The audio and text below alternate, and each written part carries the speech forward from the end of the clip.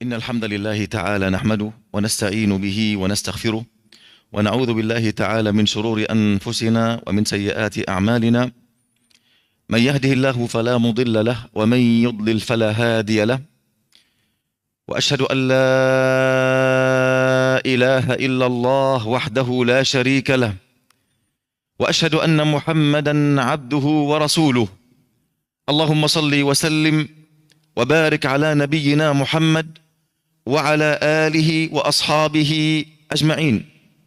أما بعد, ikhwani dan akhwati yang semoga senantiasa dirahmati dan diberkahi oleh Allah Tabaraka wa Ta'ala. Allah Tabaraka wa Ta'ala berfirman, Ya ayuhan nasu attaqu rabbakum inna zalzalatas sa'ati syai'un azim. Wahai manusia sekalian, bertakwalah kalian kepada Allah, dan sesungguhnya guncangan hari kiamat itu sangat besar. Yauma tarawunaha, hari ketika engkau melihatnya, semua wanita yang sedang menyusui anak akan lalai terhadap anak yang disusuikan, dan semua wanita yang hamil akan keguguran kandungannya, wal'iyadu billah. Dan engkau akan melihat manusia dalam keadaan mabuk, padahal mereka tidak mabuk. Walakinna azab Allah syadid, tetapi azabullah azza wa jal itu sangat berat. Sangat berat. Ikhwani fillah, cerita tentang hari qiyamah, keadaan manusia pada hari qiyamah, bagaimana sifat hisab, bagaimana sifat panggilan seorang hamba untuk berdiri di hadapan Allah Azza wa Jal, bagaimana keadaan manusia jika manusia menambil syatatan mereka, jika mereka sudah ada keputusan dari Allah Azza wa Jal untuk mereka, jika mereka disuruh untuk berjalan atas jalan yang lurus, yang berada di atas neraka Jahannam, jika mereka menuju surga, apakah mereka dapat selamat dari Siratul Mustaqim atau terjatuh di dalam neraka Jahannam?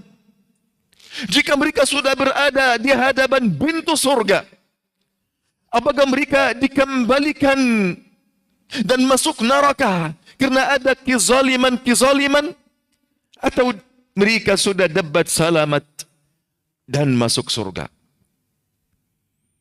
Bagaimana keadaan pada hari qiyamah, ikhwani? Keadaan sangat susah, sangat sulit. Ada banyak bencana-bencana yang terjadi sejak kita keluar dari kuburan kita sampai kita berdiri di hadapan Allah Jalla Jalaluhu wa taqaddasat asma'u. Marilah kita mendengar apa yang saya ingin sampaikan melalui telinga yang berada di dalam hati, bukan kepala. Ingin engkau membayangkan apa yang aku ingin sampaikan. Ini semuanya firman Allah Azza wa Jal dan sabda Rasulnya sallallahu alaihi wasallam, agar kita kembali kepada Allah Azza wa Jal, agar kita bertaubat, agar kita istiqamah, agar kita benar-benar meminta ampunan Allah Azza wa Jal, keridaan Allah Tabaraka wa Ta'ala, agar kita sadar bahwasannya kita tidak kekal di dalam dunia. Kita adalah anak akhirat, bukan anak dunia. Kita akan dihisab, dan kita di dalam kehidupan dunia bersama kawan-kawan. Kita di dalam kehidupan dunia bersama keluarga-keluarga, orang yang saling kita mencintai. Tapi sejak saat kematian, semuanya terputus. Semuanya terputus. Engkau akan di dalam keadaan kritis engkau sendiri. Jika engkau dalam sakratul mauti, engkau sendiri. Jika engkau masuk di kuburan engkau sendiri, akan dihisab di dalam kuburan engkau sendiri. Engkau akan berada selama-lamanya sampai hari kiamat di dalam kuburan engkau sendiri. Engkau akan berjalan dari kuburan engkau kepada Allah sendiri. Engkau akan berdiri di hadapan mahsyar sendiri. Engkau akan menambil buku syahadatan engkau sendiri. Tidak ada yang membela engkau. Tidak ada yang menolong engkau. Walaupun orang yang paling dekat kepada engkau di dunia. Walaupun orang tua engkau. Walaupun anak engkau. Tidak ada hiburan. Tidak ada hiburan ikhwani pada hari itu. Marilah kita membayangkan gambaran-gambaran, bencana-bencana, guncangan-guncangan yang akan terjadi pada hari itu. Kata Allah Azza wa Jalla, wa ma qadarullaha haqqa qadrih. Dan mereka tidak menagungkan Allah sebagaimana mestinya. Mereka bermaksiyah kepada Allah di bawah langit Allah, di atas bumi Allah, melalui rizki-rizki, nikmat-nikmat Allah. Wa ma qadarullaha haqqa qadri. Mereka tidak memuliakan Allah sebagaimana mestinya. Mereka tidak menagungkan Allah sebagaimana mestinya. Wahai orang yang bermaksiyah, wahai orang yang belum sadar, wahai orang yang mendurhakai Allah, kapankah engkau menagungkan Allah sebagaimana mestinya? Kata Allah Azza wa Jalla, wa ma qadarullaha haqqa qadri. Mereka tidak menagungkan Allah sebagaimana mestinya. Wal ardu jami'an qabdatuhu yaumal qiyamah. Padahal bumi seluruhnya di dalam genggaman Allah pada hari kiamat. Bayangkan bumi ini yang kita sering berkelahi untuk mendapat sebagian dari bumi ini. Bumi ini yang banyak darah sudah tumbah. Kenapa? Karena kita tamak dan ada kerukasan di dalam hati kita terhadap bumi ini. Semuanya di dalam genggaman Allah Jalla Jalaluh. Wasamawatu matwiyatun biyamini. Langit-langit digulun oleh tangan kanannya subhanahu wa ta'ala amma yusyrikun. Maha suci Allah, maha tinggi Allah dari apa-apa yang mereka sekutukan. Anufiqa fis sur. Dan sangkakalah telah ditiup badannya. Fasa'iqa man fis samawati wa man fil ardi illa man syaa Allah. Semua makhluk mati, baik di langit maupun di bumi, kecuali siapa yang Allah menghendaki untuknya hidup. Semuanya mati. Para malaikat mati. Jibril mati. Malaikatul maut mati. Para malaikat yang membawa arsy Allah mati. Para malaikat muqarrabin mati. Para penghuni langit mati. Para penghuni dunia mati. Semuanya mati. Pada saat itu Allah Azza wa Jal menyuruh, limanil mulkul yaum. Kerajaan pada hari ini untuk siapa? Tidak ada yang jawab. Hanya Allah yang menjawab. Lillahil wahidil qahar. Kerajaan semuanya untuk Allah. Allah yang memiliki semuanya, yang maha kuasa, yang maha isa. Subhanahu wa ta'ala. Wa nufikha fis sur. Dan sangkakalah ditiup badannya. Fasa'iqa man fis samawati wa man fil ardi illa man syaa Allah. Lalu matilah semua orang di langit dan di bumi kecuali siapa yang dikehendaki Allah Azza wa Jalla. Thumma nufikha fihi ukhra. Kemudian ditiup sekali lagi badannya. Sangkaka itu فَإِذَا هُمْ قِيَامٌ يَنْظُرُونَ. Tiba-tiba mereka bangkit, bangun dari kuburannya. Mereka menunggu keputusan Allah. Ana ingin engkau membayangkan bagaimana mereka menunggu keputusan Allah Azza wa Jalla.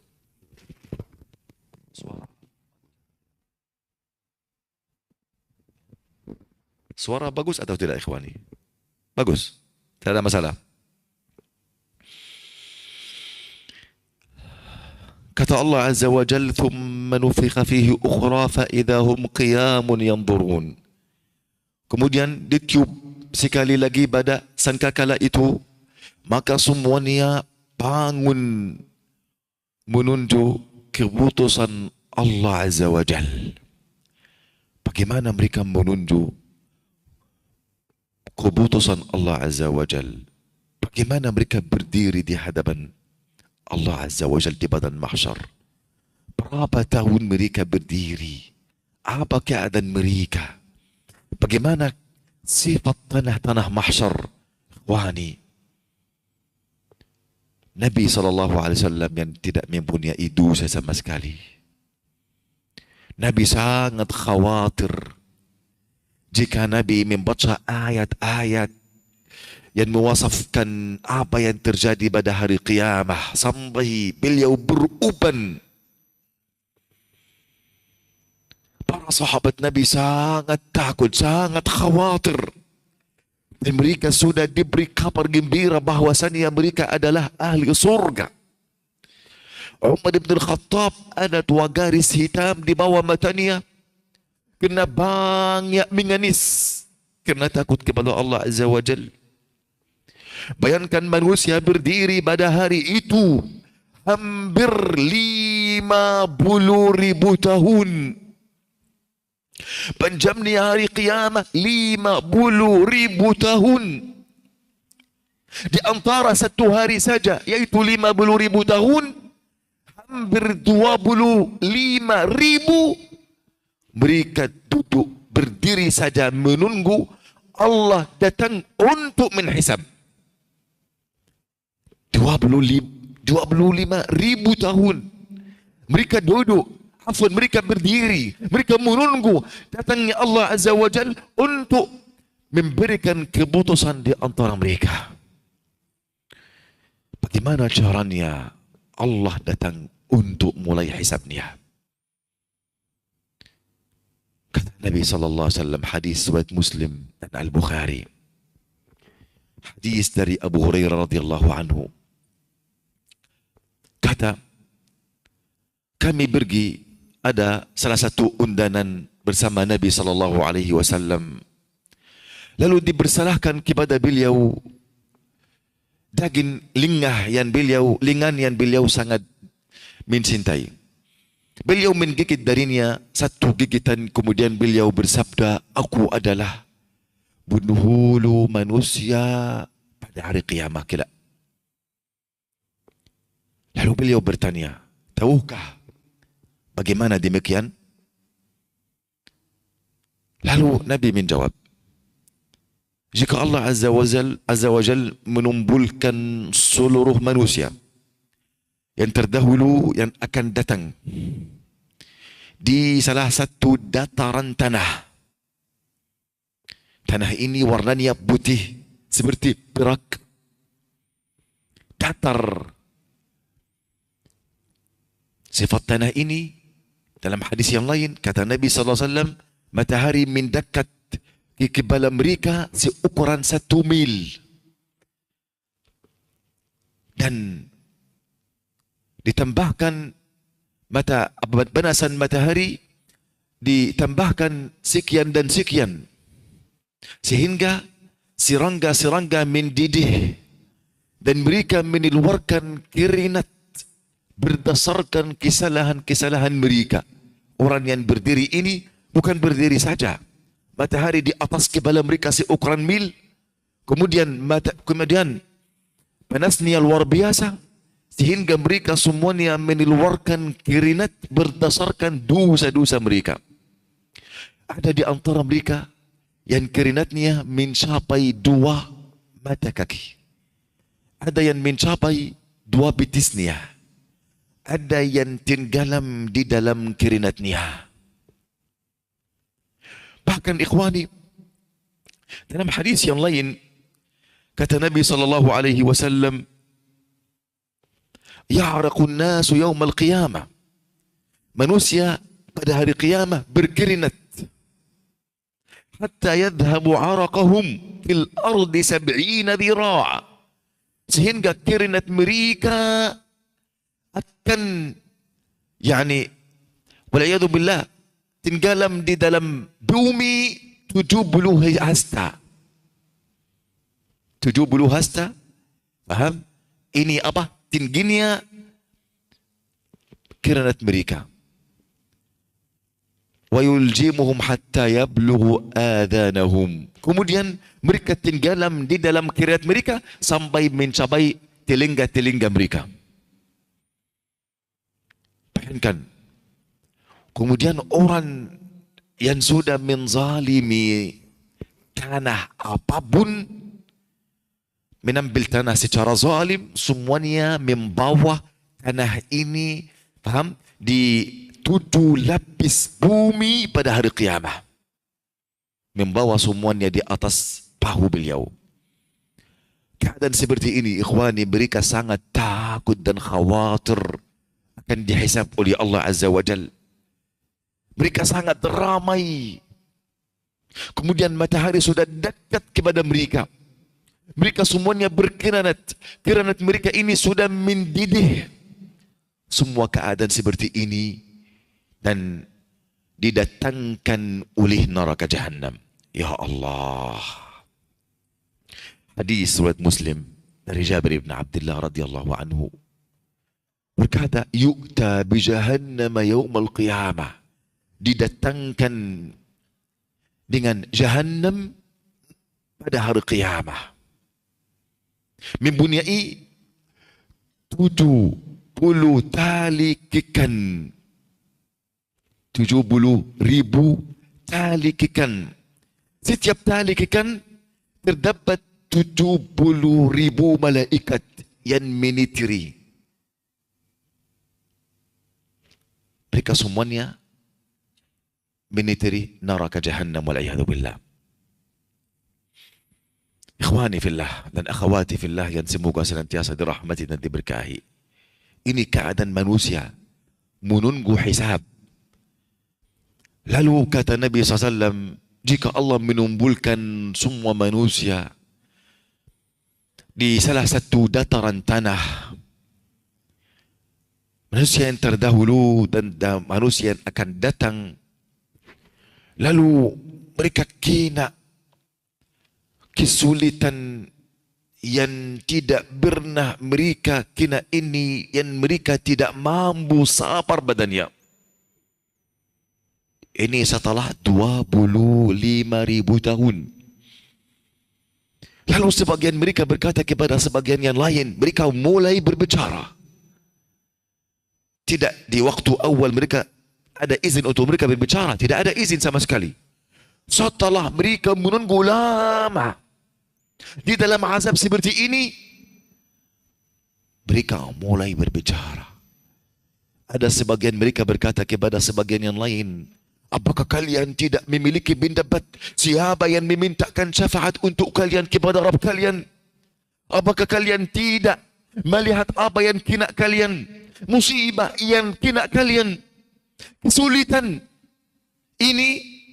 Lalu sebagian berkata, ayolah kita pergi kepada ayah seluruh manusia. Ayolah pergi kepada Adam alaihissalam. Mereka semua ini meminta Allah mulai hisab. Ada salah satu asar sampai orang kafir berharap Allah mulai hisab walaupun dia masuk neraka. Dia menyangka azab di neraka lebih ringan daripada azab yang berada di badan mahsyar. Lalu mereka pergi kepada Adam alaihissalam. Wahai Adam, engkau adalah bapaknya seluruh manusia. Allah subhanahu wa ta'ala menciptakan engkau dengan 2 tangannya. Allah menyubat dari ruhnya padamu. Allah suruh para malaikat tunduk kepadamu. Allah menempatkanmu di dalam surganya. Wahai Adam, tidaklah engkau melihat apa yang kena kami? Musibah yang berada pada kami. Tidaklah engkau meminta syafaat kepada untuk kami kepada Rabbmu? Kata Adam, sungguhnya Rabbku telah marah dengan kemarahan yang tidak pernah marah sepertinya sebelum ini atau setelah ini. Lalu diriku sendiri perlu syafaat. Diriku sendiri perlu syafaat. Pergilah kepada selainku. Pergilah kepada Nuh. Lalu semua orang di padang mahsyar menuju kepada Nuh. Wahai Nuh, wahai Nuh, engkau adalah hamba Allah yang Allah menamakan engkau dengan hamba Allah yang bersyukur. Engkau adalah pertama kali yang diutus sebagai rasul untuk penduduk bumi. Bisakah engkau memintakan syafaat untuk kami kepada Rabbmu? Kata Nuh, sungguhnya Rabbku telah marah dengan kemarahan. Telah marah dengan kemarahan yang tidak pernah marah seperti ini sebelumnya atau setelahnya. Dan aku dahulu mempunyai satu doa. Lalu aku menggunakannya untuk menghancurkan kaumku. Diriku sendiri perlu syafaat. Pergilah kepada selainku. Pergilah kepada Ibrahim. Sebelum Nuh, Adam berkata kepada mereka,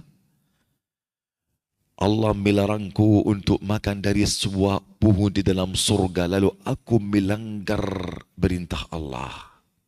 Aku takut. Nuh juga berkata, aku dahulu mempunyai satu doa. Lalu aku menggunakannya untuk menghancurkan kaumku. Mereka takut. Pergilah kepada Ibrahim. Lalu mereka semuanya pergi ke Ibrahim. Ya Ibrahim, engkau adalah Khalilullah, kekasih Allah. Engkau adalah ayahnya seluruh Nabi yang datang setelah engkau. Bisakah engkau memintakan syafaat untuk kami kepada Rabbmu? Kata Ibrahim, sungguhnya Rabbku telah marah dengan kemarahan yang tidak pernah marah seperti ini sebelumnya atau setelahnya. Dan aku sudah berdusta dengan 3 kedustaan. Pergilah kepada selainku, diriku sendiri perlu syafaat. Pergilah kepada Musa. Lalu mereka pergi kepada Musa. Wahai Musa, engkau adalah kalimullah, berbicara langsung kepada Allah. Engkau adalah seorang rasul di antara 5 rasul yang paling kuat. Allah memilih engkau sebagai pemimpin untuk Bani Israel. Wahai Musa, bisakah engkau meminta syafaat untuk kami kepada Rabbmu? Kata Musa, sungguhnya Rabbku telah marah dengan kemarahan yang tidak pernah marah seperti ini sama sekali. Maka, dan aku telah membunuh jiwa yang tidak diperintahkan kepadaku untuk membunuhnya. Jiwaku sendiri perlu syafaat. Pergilah kepada selainku. Pergilah kepada Isa. Lalu mereka menemui Isa. Wahai Isa, engkau adalah kalimatullah kepada Maryam. Engkau adalah Rasulullah yang diutus kepada Bani Israel. Wahai Isa, apakah engkau bisa minta syafaat untuk kami kepada Rabbmu? Syafaat untuk Allah memulai hisabnya saja. Bukan syafaat agar mereka masuk surga. Kata Isa, sesungguhnya Rabbku telah marah dengan kemarahan yang tidak pernah marah seperti ini sebelumnya atau setelahnya. Dan dia tidak sebut dosa sama sekali. Pergilah kepada selainku, pergilah kepada Muhammad sallallahu alaihi wasallam. Kata Nabi, lalu mereka semuanya datang kepadaku. Wahai Nabi Muhammad, engkau adalah penutup para Nabi dan Rasul. Engkau adalah kekasih Allah Azza wa Jal. Wahai Muhammad, mintakah syafaat kepada untuk kami kepada Rabbmu? Lalu Muhammad sallallahu alaihi wasallam pergi. Kata Nabi, aku pergi di bawah arsy Allah Azza wa Jal. Lalu aku sujud. Lalu Allah membuka hati saya untuk pujian-pujian yang tidak pernah Allah berikan pujian ini untuk orang selainku sama sekali. Lalu aku pandam pujian saya untuk kepada Allah tabaraka wa ta'ala. Akhirnya Allah azza wa jal suruh saya, wahai Muhammad, irfa' ra'sak, sal tu'ta, ishfa' tishaffa'. Bangunlah, mintalah pasti diberi, mintalah syafaat pasti dikabulkan syafaatnya. Kata Nabi, lalu aku berkata, ya Allah, umatku, umatku. Kata Allah untuknya, wahai Muhammad, ambillah orang-orang dari umatmu yang akan masuk surga tanpa hisab dan tanpa adab. Langsung sebelum Allah mulai hisabnya, langsung mereka keluar dari badan mahsyar masuk surga. Ambillah orang-orang dari umatmu, wahai Muhammad, yang akan masuk surga tanpa hisab, tanpa adab, dari arah yang paling kanan, dari pintu-pintu surga. Dan mereka juga bisa masuk dari semua pintu surga yang lain bersama manusia semua. Semua nabi, ikhwani, dan semua rasul pada saat itu, semuanya berkata, nafsi, nafsi.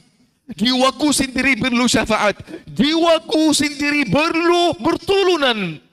Aku tidak bisa, Isa tidak bisa meminta syafaat untuk ibunya Maryam. Musa tidak bisa perlu syafaat untuk saudaranya Harun. Bagaimana keadaan kita? Apalagi mereka semuanya mempunyai dosa yang telah diampuni oleh Allah Azza wa Jalla. Allah telah mengampuni dosa Adam, dosa Musa, Harun, semuanya. Tetapi mereka merasa malu kepada Allah Azza wa Jal. Mereka masih takut, khawatir kepada Allah Tabaraka wa Ta'ala. Ikhwani, bagaimana keadaan kita yang belum pasti apakah Allah menerima taubat kita atau tidak? Apakah Allah sudah mengampuni dosa kita atau tidak? Apakah Allah menerima amalan kita atau tidak? Mereka para rasul, para nabi sudah diberi kabar bahwasannya mereka penduduk surga. Mereka yang paling disayangi oleh Allah. Mereka masih khawatir. Mereka masih takut kepada Allah Tabaraka wa Ta'ala. Walaupun mereka meyakini mereka penduduk surga. Ini wahyu Allah kepada mereka sallallahu alaihi wasallam. Walaupun semua ini mereka mengagunkan Allah Azza wa Jal, sebagaimana mestinya orang yang bantai di dunia ini, yang mengetahui amalannya walaupun banyak, tidak mencapai satu nikmat Allah kepadanya. Tidak sesuai dengan perintah Allah, keagungan Allah, kemuliaan Allah Jalla Jalaluh. Bagaimana masih merasa aman dari makar Allah, merasa aman dari azab Allah, merasa aman dari murka Allah Azza wa Jal. Padahal para nabi pada hari qiyamah mereka sangat takut kepada Allah Jalla Jalaluhu wa taqaddas asma'u. Adam masih takut, masih khawatir, masih sibuk salah satu dosa beliau saja, yaitu melanggar, makan satu makanan yang haram. Bagaimana keadaan kita yang banyak makanan ada syubhat dan yang haram murni? Ini keadaan manusia, supaya Allah mulai hisab manusia saja. Kata Allah Tabaraka wa Ta'ala, wa ma qadarullaha haqqa qadrih. Dan mereka tidak mengagunkan Allah sebagaimana mestinya. Padahal bumi seluruhnya di dalam genggaman Allah, langit-langit digulung oleh tangan kanannya subhanahu wa ta'ala amma yusyrikun. Maha suci Allah, maha tinggi Allah dari apa-apa yang mereka sekutukan. Wa nufiqa fis suri, maka sangkakalah ditiup badannya, fasa'iqa man fis samawati wa man fil ardi, maka matilah semua makhluk yang di langit dan di bumi kecuali siapa yang dikehendaki Allah Azza wa Jal. Thumma nufiqa fihi ukhra, kemudian ditiup sekali lagi badannya, فإذا هم قيام ينظرون. Lalu semua mereka bangun menunggu keputusan Allah Azza wa Jal. Wa asyraqatil ardu binur rabbiha. Mereka tunggu berapa lama untuk Allah mulai hisabnya dalam keadaan yang aku sudah sampaikan dan menggambarkan. Kemudian Allah Azza wa Jal datang kepada ardi mahsyar. Wa asyraqatil ardu binur rabbiha. Kata Allah Azza wa Jal, dan bumi pada mahsyar telah terang benderang dengan cahaya Tuhannya. Wa wudi'al kitab, dan kitab-kitab, buku syatatan sudah diberikan kepada mereka. Allahu Akbar ikhwani. Jika kitab-kitab kita terbang di badan mahsyar, lalu kita ingin menambil bagi tangan kanan, lalu ada banyak tidak bisa mengangkat tangan kanannya, tetapi dia dengan tidak sengaja menambilnya dari tangan kiri, wal'iyadu billah.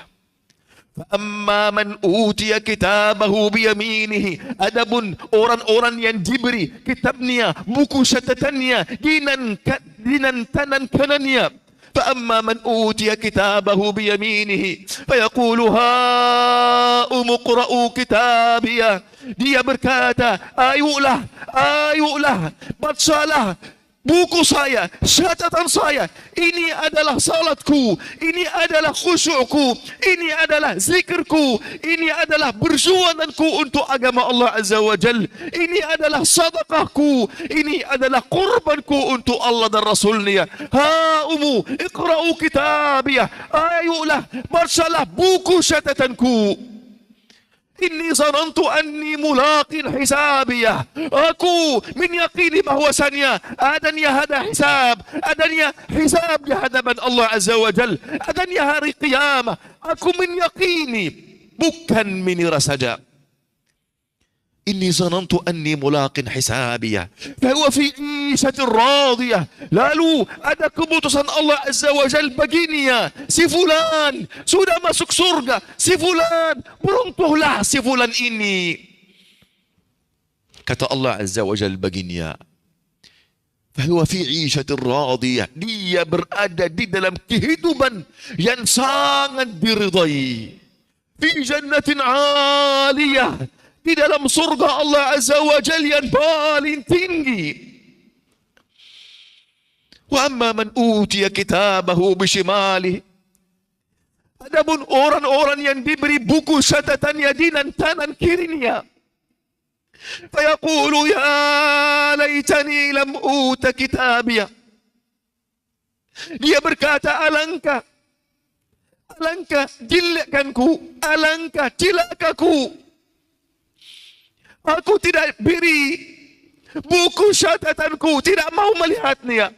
Ada pisina wal'iyadu billah, ada minuman kamar di dalamnya, ada ghibah, ada namimah, ada adu domba antara para muslimin. Dia benci para wali Allah, para orang salih.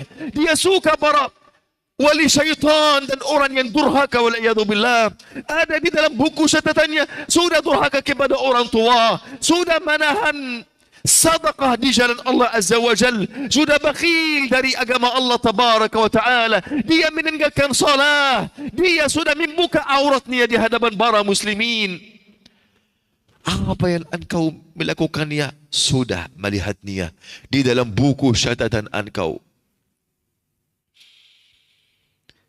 فأما من أوتي كتابه بشماله فيقول يا ليتني لم أوت كتابيه. Adapun orang-orang yang diberi buku catatannya dengan tangan kirinya, alangkah celakaku, aku tidak diberi buku catatanku sama sekali. Ya laitaha kanatil qadiyah. Aduhai, kenapa aku tidak mati? Kenapa aku berada sekarang? Engkau terus-menerus di dunia mengambil kenikmatan Allah, menggunakannya di dalam maksiat Allah. Engkau di dunia ada banyak beringatan kepadamu, menjadikan semuanya ini sia-sia. Engkau menibelakani syariat Allah di dunia dengan sengaja. Janganlah engkau menyasal pada hari itu. Wa anzirhum yaumal hasrah. Berilah peringatan kepada mereka, wahai Muhammad, dengan hari-hari penyesalan. Hari penyesal ikhwani, tapi tidak berguna penyesalan mereka. Ya laitaha kanatul qadiyah ma aghna anni maliya. Hartaku tidak berguna bagiku. Hartaku tidak berguna bagiku. Ma aghna anni mali, halaka anni sultaniya. Dahulu aku berkuasa di dunia, menguasai di dunia, lalu semuanya tidak berguna bagiku. Kata Allah Azza wa Jalla, wa asyraqatil ardu bi nuri rabbiha wa wudi'al kitab. Bumi telah terang binderan kerana cahaya Tuhan Allah. Jika Allah datang kepada ardu mahsyar, tanah mahsyar, wa wudi'al kitab, buku-buku syahadatan sudah diberikan kepada mereka semua, kecuali orang yang masuk surga tanpa hisab, tanpa azab. Tidak ada buku syahadatan. Semoga Allah Azza wa Jalla menjadikan kita termasuk di dalam orang yang masuk surga tanpa hisab, tanpa azab. Amin, amin ya Rabbal Alamin. Wudi'al kitab. Orang kafir berkata, ما لهذا الكتاب لا يغادر صغيرة ولا كبيرة إلا أحصاها. Kenapa kitab itu tidak dibiarkan dosa besar maupun kecil kecuali menghitungnya, kecuali tertulis di dalamnya? Kenapa? Waji'a bin nabiyyin wasyuhada. Para nabi, para syahid, para saksi-saksi dihadirkan dan diberikan keputusan secara keadilan. Wahum la yuzlamun. Dan mereka tidak dirugikan. Wa wuffiyat kullu nafsin ma amilat wahum la wa huwa a'lamu bima yaf'alun. Dan semua jiwa sudah diberi balasan sesuai dengan perbuatannya. Dan Allah Maha mengetahui semua perbuatan mereka. Mereka di sana ikhwani, tidak ada hubungan sama sekali antara orang tua dan anak, antara anak dan orang tua. Tidak ada hubungan sama sekali. Kata Allah Azza wa Jalla, فَإِذَا نُفِخَ فِي الصُّورِ فَلَا أَنْسَابَ بَيْنَهُمْ يَوْمَئِذٍ وَلَا يَتَسَاءَلُونَ. Apabila sengkakalah ditiup badannya, tidak ada bertalian keluarga sama sekali, dan mereka tidak ada bertanyaan. Seorang ayah tidak bertanya tentang keadaan anaknya, anak tidak bertanya tentang keadaan orang tuanya. Bahkan mereka semuanya lari dari semuanya. Seorang ayah lari di belakang anaknya ribuan tahun agar dia mendapat satu kebaikan saja. Kerana timbanan kebaikan sudah sama timbanan keburukan. Lalu dia ingin memberatkan timbanan kebaikannya dengan satu kebaikan saja. Lalu dia tidak diberi oleh anaknya sama sekali. Kata anaknya, aku sangat perlu apa yang engkau perlu. Aku mencari apa yang engkau mencari. Lalu dia lari, kabur dari orang tuanya. Yauma yafirrul mar'u min akhihi wa ummihi wa abihi wa sahibatihi wa banihi likulli imri'in minhum yawma idin sya'nun yughnih. Pada hari itu seorang lari dari saudaranya, ayahnya, ibunya, orang tuanya, kemudian istrinya dan anaknya. Kenapa ya Allah? Kerana semuanya sibuk dengan urusannya sendiri. Kata Allah Azza wa Jalla, وَلَا تَحْسَبَنَّ اللَّهَ غَافِلًا ولا تحسبن الله غافلا عما يعمل الظالمون ولا تحسبن الله غافلا عما يعمل الظالمون. Janganlah engkau mengira bahwasannya Allah Jalla Jalaluh lalai, lina terhadap perbuatan-perbuatan orang zalim Janganlah engkau menira ini. Innama yuakhiruhum liyaumin tashkhasu fihi al-absar. Tetapi sesungguhnya Allah Azza wa Jal menangguhkan mereka sampai hari yang pada hari kiamat, sampai hari pada waktu itu mata mereka terbilalak wal iyadu billah, muhti'ina muqni'i ru'usihim, mereka tergisa-gisa, mereka mengangkat kepala mereka dengan kehinaan, sampai mata-mata mereka wal iyadu billah berkedip-kedip. Kemudian hati mereka kosong. Bahkan hati mereka sudah sampai ke tenggorokan mereka karena menahan kesedihan. Takut karena keagungan hari kiamat. Akhwani, pada saat itu semua manusia sangat haus. Sangat kehausan. Sejak mereka masuk kuburan mereka, berjalan dari kuburan mereka sampai badan mahsyar. Mereka berdiri ribuan tahun di sana. Tidak ada air sedikit pun di sana. Tiba-tiba ada telaga Kausar. Mereka ingin minum dari telaga Kausar ini, telaga Nabi SAW. Kata Allah Azza wa Jal, Inna a'tainaka al-Kausar. Sungguhnya kami berikan kepadamu wahai Muhammad Kausar, yaitu telaga yang berada di badan mahsyar. Barang siapa yang akan minum dari airnya, maka dia tidak akan haus selama-lamanya. Dan barang siapa yang diharamkan dari airnya, maka dia akan terus kehausan selama-lamanya. Lalu mereka pergi minum dari telaga Kausar Nabi SAW. Tiba-tiba para malaikat datang kepada banyak manusia, menusir mereka. Kata Nabi, mereka adalah umatku. Kenapa kalian menusir mereka?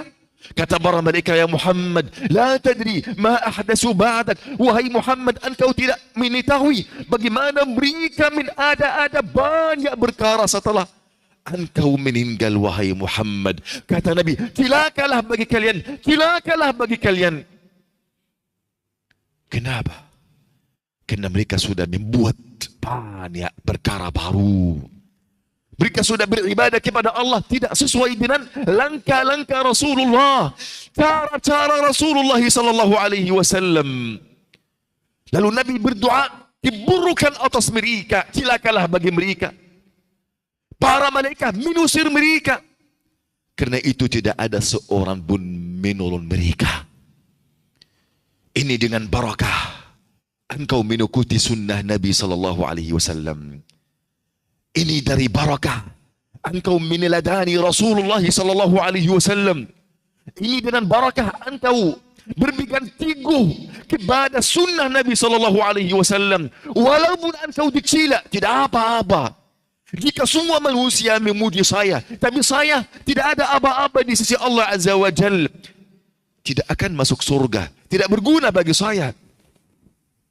Tapi semua manusia mencela saya, tapi aku orang yang baik, yang saleh di sisi Allah Azza wa Jal, aku tidak rugi apapun.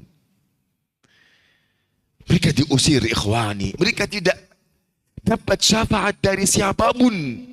Kata Allah, al-akhillau yawma'idin ba'duhum li ba'din adu. Teman-teman saling bermusuhan pada hari kiamat, kecuali orang yang bertakwa. Karena saja orang yang bertakwa akan menambil tangan engkau pergi di bawah naungan arsy Allah Azza wa Jal. Allahu Akbar. Bayangkan semua manusia sibuk dalam urusan ini, maka orang-orang yang bertakwa, yang mencintai saudaranya hanya karena Allah, yang menemani saudaranya hanya karena agama Allah, hanya untuk menurun agama Allah Azza wa Jal, yang senantiasa ketika dia melihat keburukan dari saudaranya, dia menutupi keburukan ini, tidak membuka ini di hadapan manusia. Ketika dia melihat celah dari sebuah ikhwah, dari sebuah ikhwan dia, maka dia berusaha untuk memperbaiki kesalahan atau kesalahan saudaranya. Maka yang mengampuni kesalahan saudaranya, yang menambil senantiasa tangan saudaranya untuk kebaikan-kebaikan, untuk ketaatan kepada Allah Azza wa Jal. Mereka saling memanggil, wahai si fulan, marilah ke sini. nama kita di sini di bawah arsy Allah, kita sudah mendapat naungan arsy Allah Azza wa Jalla. Kata Nabi SAW, 3 gulungan manusia yang akan mendapat naungan arsy Allah Azza wa Jalla jika tidak ada naungan sama sekali kecuali naungan Allah Tabaraka wa Ta'ala. Anak bimuda yang tumbuh di dalam ketaatan kepada Allah Azza wa Jalla, pemimpin yang adil, orang yang ingat Allah jika dia dalam sendirian kemudian matanya berlinan, orang yang diajak oleh wanita cantik dan berkuasa untuk zina, lalu dia berkata, aku takut kepada Allah Azza wa Jalla. Orang yang sedekah secara tersembunyi, sehingga tangan kirinya tidak tahu apa yang dilakukan oleh tangan kanannya, artinya sembunyi sekali, tidak sibut-sibut apa yang dia sudah mengeluarkan, tidak menyakiti hati perasaan penerima sama sekali. Merekalah orang yang mencintai saudaranya hanya karena Allah, bukan karena hawa nafsu. Kesaudaraan karena Allah Azza wa Jalla ini lebih mahal daripada saudara kandung engkau, daripada anak engkau, daripada suami atau istri engkau. Kenapa? Karena hanya beliau yang beri syafaat untuk engkau pada hari kiamat. Hanya engkau ketika ini kesaudaraan karena Allah dengan cara jujur. Mereka saling menasihati, saling tolong menolong. Tolong menolong untuk berzikir, untuk bertakwa, untuk menuntut ilmu, untuk sabar di dalam menuntut ilmu. Saling tolong menolong untuk bersabar atas ibadah kepada Allah Azza wa Jal. Jika saya limah, jika saya bersalah, saudara karena Allah Azza wa Jal datang kepada saya, wahai si fulan, sadarlah, wahai si fulan, wasbadalah, engkau akan mati, atau engkau akan dihisab oleh Allah Azza wa Jal. Lalu mereka menarik hati saya sebelum tangan saya. Ini saudara karena Allah Azza wa Jal. Saudara ini paling mahal ikhwani di dunia. Jarang sekali ada saudara sakaran ini di dunia. Jika engkau lihat ada banyak orang sakaran mengaku bahwasannya mereka sudah hijrah ketika ada kesalahan dari saudara mereka, lalu langsung mereka mensyila fulan, mentahzir si fulan. Wal'iyadu billah. Ini hawa nafsu. Ini bukan manhaj Nabi Muhammad alaihi salatu wassalam. Ini bukan orang ingin kebaikan untuk dirinya dan untuk saudaranya. Ini bukan cara orang ahli ilmu sama sekali.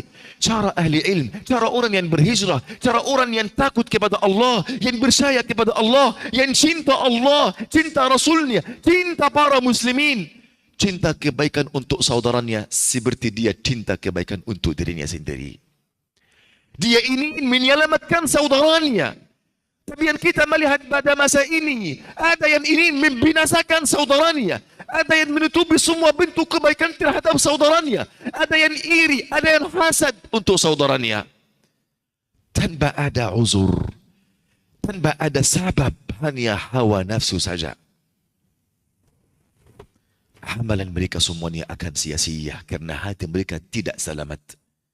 Kata Allah Azza wa Jalla, "Yauma la yanfa'u malun wala banun illa man atallaha biqalbin salim." Pada hari kiamat harta mereka, perbuatan mereka tidak berguna bagi mereka kecuali orang yang mendatangi Allah dengan hati yang selamat.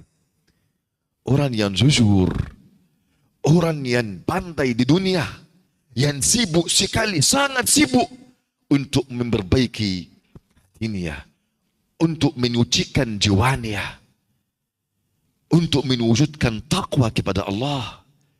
Sering dia takut kepada Allah Azza wa Jalla, takut dia berbicara terhadap para muslimin dengan secara kezaliman atau hawa nafsu. Dia sering takut.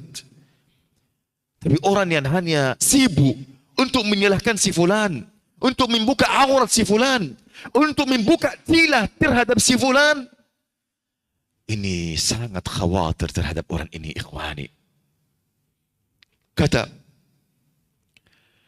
Nabi SAW, yakhruju minan unuqun minan nar.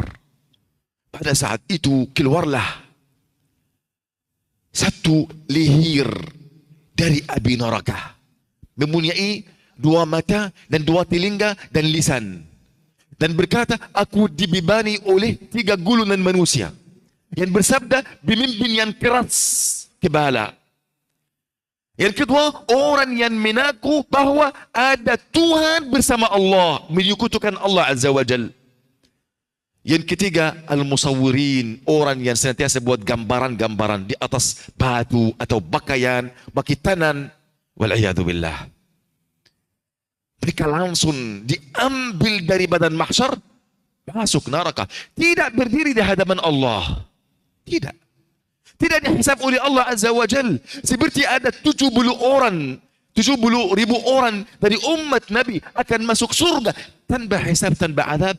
Ada banyak orang masuk neraka tanpa dihisab oleh Allah Azza wa Jal. Seperti orang yang menipu dirinya sendiri, melakukan amalan-amalan kebaikan yang luar biasa, tapi bukan karena wajah Allah, karena pamer kepada manusia. Ini dipuji di hadapan manusia, ini dapat dunia dari manusia, wal'iyadu billah, bukan karena wajah Allah Azza wa Jal. Mereka yang pertama kali akan masuk neraka Jahannam. Jika Abu Hurairah radhiyallahu anhu ceritakan hadis ini kepada para tabi'in, beliau pingsan 1 kali. Kemudian ketika beliau sadar berkata, aku akan sampaikan kepada kalian sebuah hadis yang aku langsung mendengar dari Rasulullah sallallahu alaihi wasallam. Lalu beliau pingsan kali yang kedua. Kemudian beliau sadar. Kemudian beliau berkata, aku akan sampaikan kepada kalian sebuah hadis yang aku langsung dengarnya dari Rasulullah sallallahu alaihi wasallam. Lalu beliau pingsan lama, sampai seorang tabi'in menambil kepala beliau, memeluk beliau. Beliau sadar. Beliau berkata, Rasulullah bersabda, sungguhnya orang-orang yang pertama kali akan masuk neraka Jahannam pada hari kiamat seorang hafal Al-Quran, seorang alim, didatangkan kepada Allah Azza wa Jal. Lalu Allah Azza wa Jal sudah sebut karunia-Nya kepadanya. Lalu dia mengakui, semua ini nikmatmu ya Allah. Lalu Allah bertanya kepadanya, engkau melakukan apa? Lalu dia berkata, aku menyebarkan ilmu di sana di situ ya Allah. Untukmu ya Allah. Kata Allah, engkau dusta. Bukan karena aku, tapi pamer kepada manusia. Langsung masuk neraka Jahannam di atas wajahnya.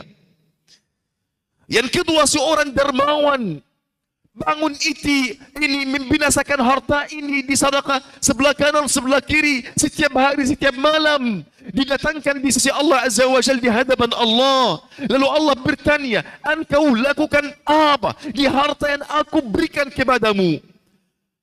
Kata, aku membinasakan hartaku di jalanmu ya Allah. Kata Allah, engkau dusta.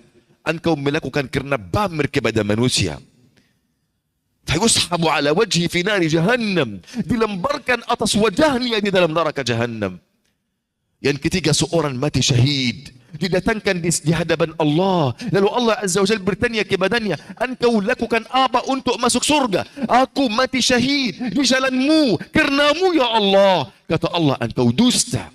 Engkau melakukan ini karena pamer kepada manusia, bukan karena aku. Lalu dilemparkan di dalam neraka Jahannam di atas wajahnya, waliyadu billah. Ikhwani, ini masalah yang sangat keras atas hati kita semua. Gunanya semua ini agar kita kembali kepada Allah Azza wa Jal.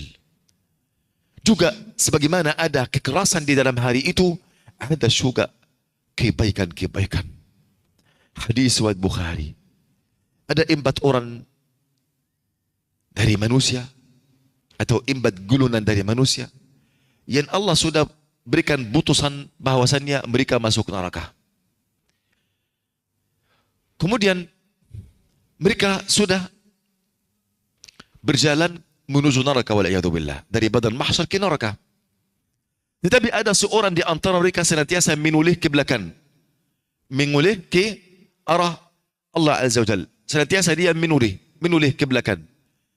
Lalu Allah memanggil beliau, marilah di sini. Kenapa engkau senantiasa menoleh ke belakangmu? Dia berkata, bukan ini prasangkaku kepadamu ya Allah.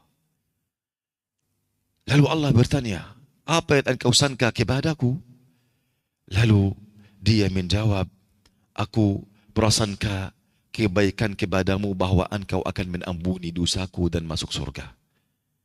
Lalu Allah berkata kepadanya, aku mengampuni dosamu, ayolah masuk surga. Seorang yang lain mencari siapapun di badan mahsyar untuk berikannya satu kebaikan saja. Kerana timbangan kebaikan dia sudah sama seperti timbangan keburukannya. Dia perlu satu kebaikan saja agar dia memberatkan sisi timbangan kebaikan supaya masuk surga. Lalu dia mencari ribuan tahun untuk satu kebaikan. Anda bayangkan, satu kebaikan saja. Oleh kerana itu boleh jadi satu sedekah atau satu amalan yang engkau meremehkannya, ini akan sebab engkau masuk surga di hari kiamat. Engkau tidak tahu hasanatan, kebaikan mana yang akan memberatkan kebaikanmu dan keburukan mana yang membinasakanmu. Lalu dia menemui seorang hamba hanya memiliki satu kebaikan saja, tapi dia mati atas dasar tauhid. Lalu dia berkata kepadanya, jika saya tidak memberikan untukmu kebaikan ini, aku akan masuk neraka. Jika aku berikan untukmu, pasti engkau akan masuk surga. Berilah, ambillah kebaikan ini.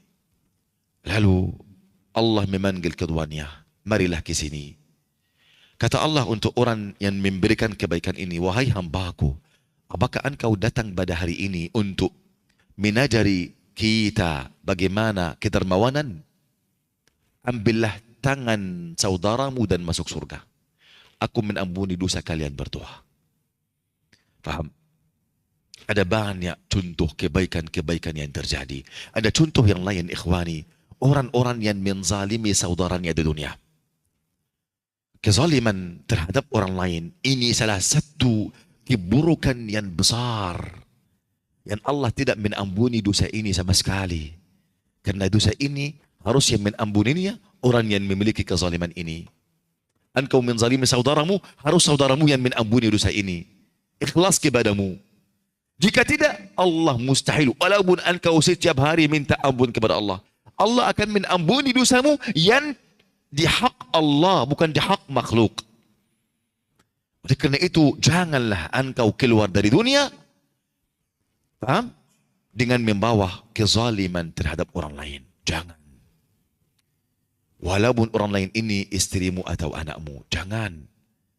Orang sudah dapat selamat dari semua musibah ini, sudah di hadapan badan mahsyar, di hadapan pintu surga, diambil, ditarik oleh istrinya dan anaknya. Dinamanya jembatan kezaliman setelah As-Siratul Mustaqim dan sebelum pintu surga. Kan setelah dia melewati semua musibah ini, di hadapan pintu surga masih ada berapa langkah, ditarik ke belakangnya. Ya Allah, dia menzalimi kita. Ya Allah, dia tanggung jawab terhadap kita di dunia, padahal dia tidak mengajarkan kita ilmu-ilmu syar'i, tidak memaksa kita untuk salat, untuk tauhid, tidak mengajarkan kita tauhid dan iman. Ya Allah, dia sangat memperhatikan makanan kita, minuman kita, pakaian kita, dunia kita, kemewahan kita, tetapi dia tidak peduli terhadap agama kita. Ya Allah, lalu dia masuk neraka dan mereka akan masuk surga. Bayangkan ikhwani ini. Janganlah engkau keluar dari dunia dengan menzalimi orang lain. Sama sekali. Kata Nabi SAW untuk sahabatnya, atadruna manil muflis? Tahukah siapa itu orang yang bangkrut di antara kalian? Mereka berkata, orang yang tidak mempunyai harta ya Rasulullah. Kata Nabi, tidak. Orang yang bangkrut yaitu orang yang datang pada hari qiyamah, banyak salat, banyak zikir, banyak sedekah, banyak puasa, tetapi dia datang sudah menzalimi si fulan, mencaci si fulan, membuat adu domba antara si fulan, menyakiti hati si fulan, membunuh si fulan, lalu mereka meminta haknya kepada Allah, lalu Allah suruh mereka menambil kebaikan-kebaikan dari timbangan beliau. Jika kebaikan sudah habis, mereka masih mempunyai hak, maka malaikat mengambil keburukan dari tempanan orang yang dizalimi akan dibuat atas orang yang menzalimi mereka. Akhirnya dia akan masuk neraka. Akan diazab oleh dosa mereka yang mereka menzaliminya di dunia. Waliyadzubillah. Tapi ada satu gambaran enak sekali. Jika ada seorang, Allah subhanahu wa ta'ala ini mengampuni dosanya. Harus orang yang dizalimi, saudaranya yang dizalimi, harus dia yang ikhlas. Lalu orang yang dizalimi datang. Lalu sudah hadir timbangan kebaikannya. Kemudian dia sudah tahu dia ahli surga. Tetapi Allah membuka untuknya ada salah satu rumah besar di surga. Dia berkata, ya Allah, aku minta kerajaan ini ya Allah. Aku minta astana ini ya Allah. Lalu Allah berkata kepadanya, ini untukmu jika engkau mengampuni dosa saudaramu ini.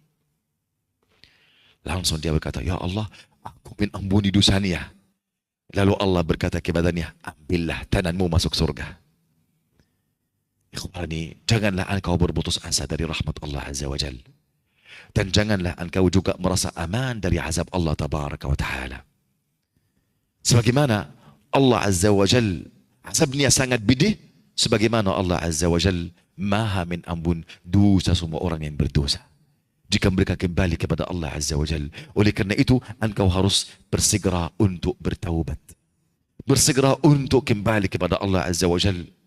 Senantiasa meminta ampunan kepada Allah. Jika engkau menzalimi orang lain, ayolah bersegera pergi kepadanya, meminta ampun kepadanya. Janganlah engkau merasa sombong. Janganlah engkau bertekad kuat tidak mau kembali kepadanya. Engkau dihina di dunia lebih baik daripada engkau dihina di hadapan Allah Azza wa Jalla. Dan tidak ada orang pun bertawadhu kepada saudaranya di dunia kecuali Allah menangkat darajatnya di dunia sebelum akhirat. Oleh karena itu ikhwani, ayolah harus ada hubungan baik antaramu dan kitabullah Azza wa Jalla. Hubungan baik antaramu dan sunnah Nabi alaihi salatu wassalam. Hubungan baik antaramu dan saudaramu di antara para muslimin yang mencintai mereka karena Allah Azza wa Jal. Engkau harus tahu apa itu hak Al-Quran, apa itu hak Nabi Muhammad alaihi salatu wassalam, apa itu hak saudaramu yang engkau bersaudara sama mereka karena Allah Azza wa Jal. Akulah memberi hak Allah Tabaraka wa Ta'ala. Dan hak Allah yang paling agung yaitu Tauhid Allah Jalla Jalaluh. Iman kepada Allah Tabaraka wa Ta'ala. Ini hal yang ujung semua kebaikan ya ikhwani fillah. Semoga Allah Azza wa Jal mengampuni dosa kita semua. Semoga Allah Azza wa Jal menjadikan peringatan ini di timbangan kebaikan kita semua pada hari qiyamah. Menjadi hujjah untuk kita, bukan hujjah atas kita pada hari qiyamah.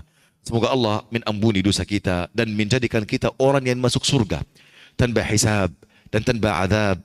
آمين آمين يا رب العالمين. أقول قولي هذا وأستغفر الله العظيم لي ولكم. جزاكم الله خيرا وبارك الله فيكم.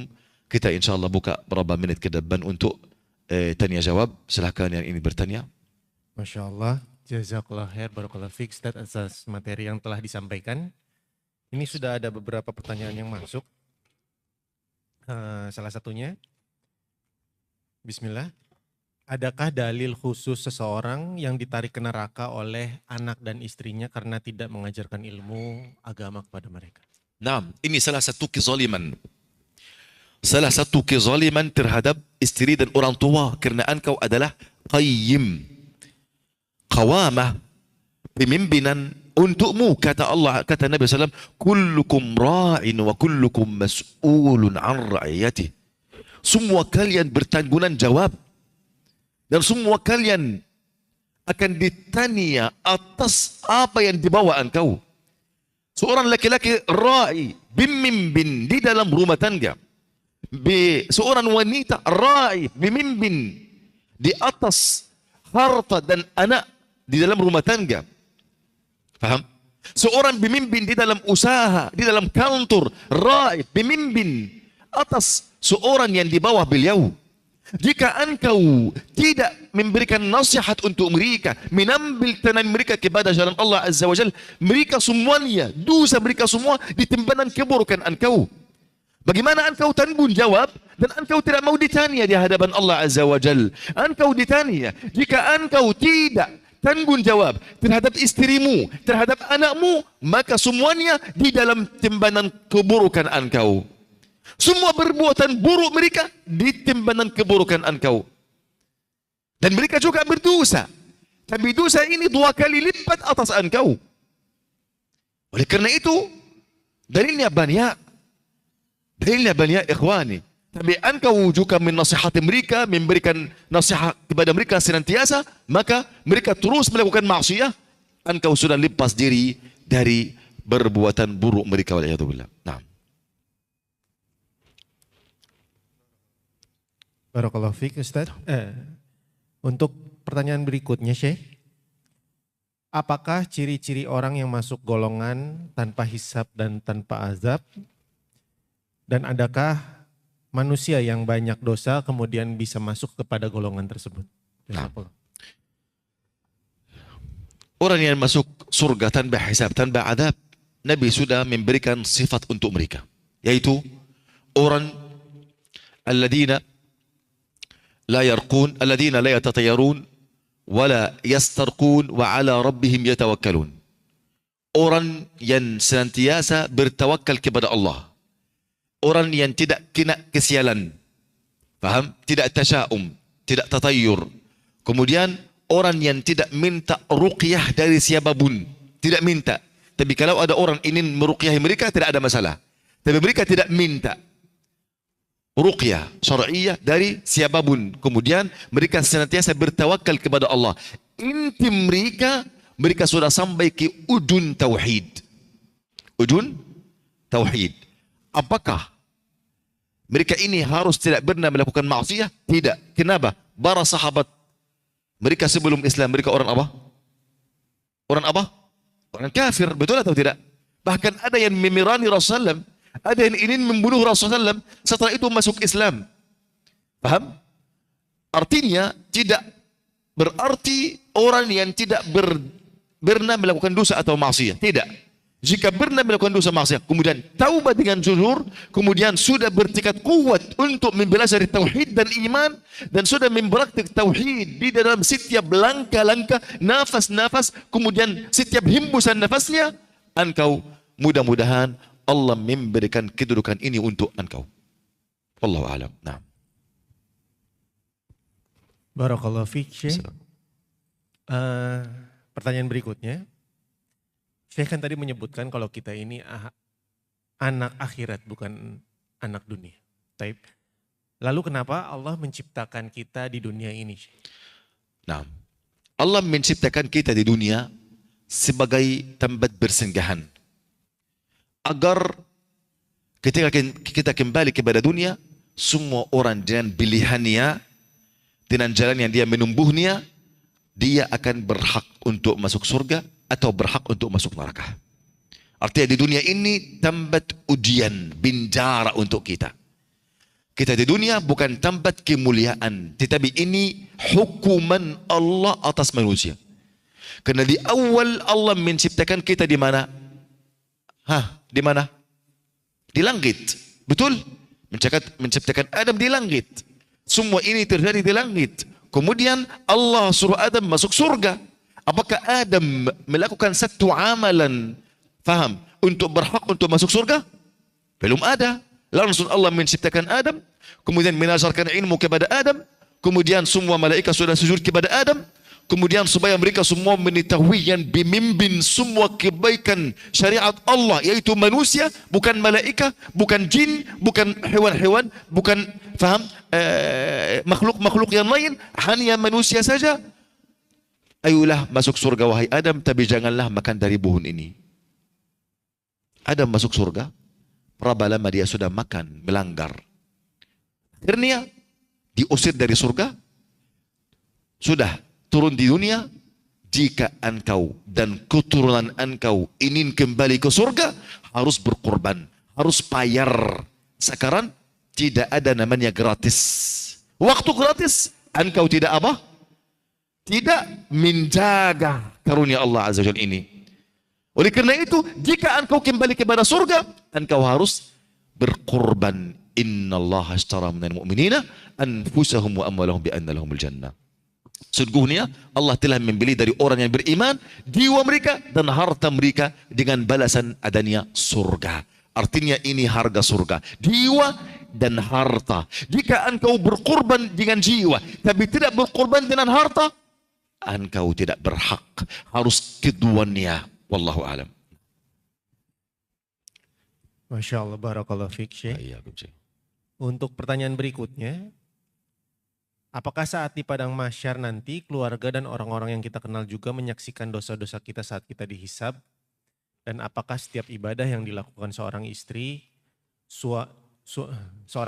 dan suaminya yang sudah wafat bisa mendapatkan pahalanya seperti doa dan perbuatan anak yang saleh? Bertanya apa? Apakah orang-orang akan menyaksikan dosa yang kita lakukan saat dihisab oleh Allah? Ya, semua orang. Dzalika yaumun majmu'un lahun nas wa dzalika yaumun mashhud. Kata Allah Azza wa Jalla, itulah hari yang disaksikan oleh semua makhluk. Yang disaksikan oleh semua makhluk. Faham? Ada di antara manusia Allah Azza wa Jal secara tersembunyi hisabnya. Dan ada di antara manusia secara terang di hadapan semua makhluk. Faham ikhwani? Jika Allah Azza wa Jal sudah mengampuni dosa si fulan, yadha alaihi kanafahu wa sitrah. Allah membuat cahayanya atas hamba itu supaya makhluk yang lain tidak menyaksi apa? Hisab dia, karena Allah telah mengampuni. Walaupun Allah mengampuni, Allah akan berkata kepadanya, wahai hambaku, ingatlah hari sekian dan tempat sekian jika engkau melakukan maksiat sekian. Kenapa wahai hambaku? Kata hamba itu, ya Allah, bukankah engkau mengampuni dosa ini untuk saya? Saya sudah melihat di buku catatan saya, engkau sudah mengampuni. Kata Allah, ya balah benar, aku telah mengampuni. Faham? Artinya, walaupun Allah mengampuni, kediskusikan ini antara engkau dan Allah membuat seorang beriman sangat malu. Oleh karena itu, seorang salaf berkata, celakalah bagiku walaupun engkau mengampuni dosaku. Bukan masalah Allah mengampuni saja. Masalah ini masalah lebih tinggi daripada itu, yaitu dosa engkau masih tetap di dalam catatan engkau. Dosa engkau masih tetap, walaupun Allah mengampuni dosa ini. Allah mengampuni dosa dan buku, di dalam buku keburukan Allah mengampuni. Di dalam buku kebaikan masih ada apa? Sudah engkau bertaubat dari dosa sekian. Ketika engkau dihisab, sebut semuanya. Walaupun Allah mengampuni, tapi bagaimana merasa malu dari Allah Azza wa Jal. Ini musibah ikhwani. Dan ini sangat khawatir dari para nabi dan para rasul. Mereka masih sibuk dosa-dosa mereka. Mereka tahu Allah mengampuni, tapi mereka pasti akan Allah akan membicara sama mereka dengan dosa tersebut. Waliyadzubillah. Baik, yang berikutnya, Syekh, apakah setiap ibadah yang dilakukan seorang istri akan berdampak kepada suaminya yang telah wafat? Ini dengan syarat. Ibadah yang dilakukan oleh seorang istri akan mengalir ke catatan suami dengan syarat. Jika suami ini yang senantiasa menunjukkan dia dalam kebaikan, bimbing beliau, faham? Yang senantiasa menambil tangan beliau kepada kebaikan, menazar beliau fardu sunnah amalan kebaikan, maka ad-dallu 'alal khairi kafa'ili. Orang yang menunjukkanmu kepada kebaikan seperti engkau yang melakukan kebaikan ini. Jika aku menazarkan engkau surat Al-Fatihah. Dan ini satu kisah yang sangat menarik wallahi. Salah satu imam qiraat. Imam besar. Jika dia meninggal dunia, datang kepada saudaranya di dalam mimpinya. Lalu dia berkata, bagaimana keadaanmu? Alhamdulillah, aku sudah beruntun. Sudah selamat dari neraka. Kata beliau, apa amalan yang paling baik yang engkau melihatnya?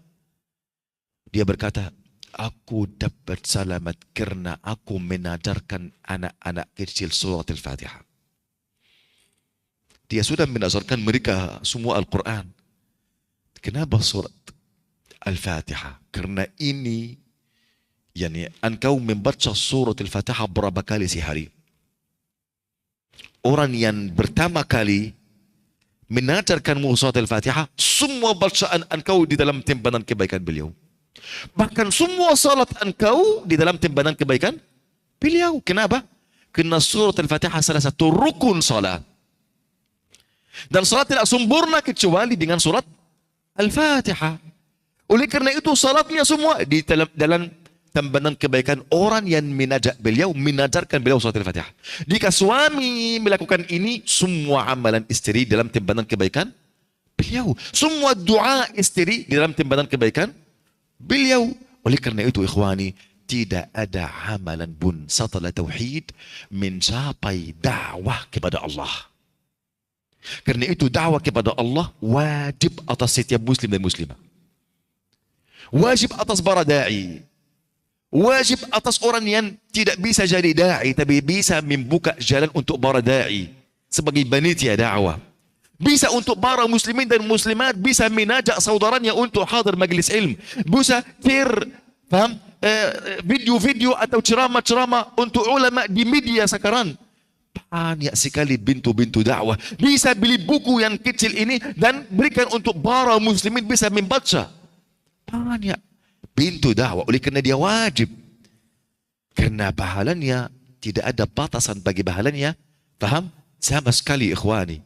Kenapa? Semua orang yang melakukan, yang dapat petunjuk melalui engkau, melalui video yang engkau share, melalui ceramah yang engkau menajak beliau untuk duduk dalamnya, semua amalan mereka sampai hari kiamat di dalam timbangan kebaikan engkau.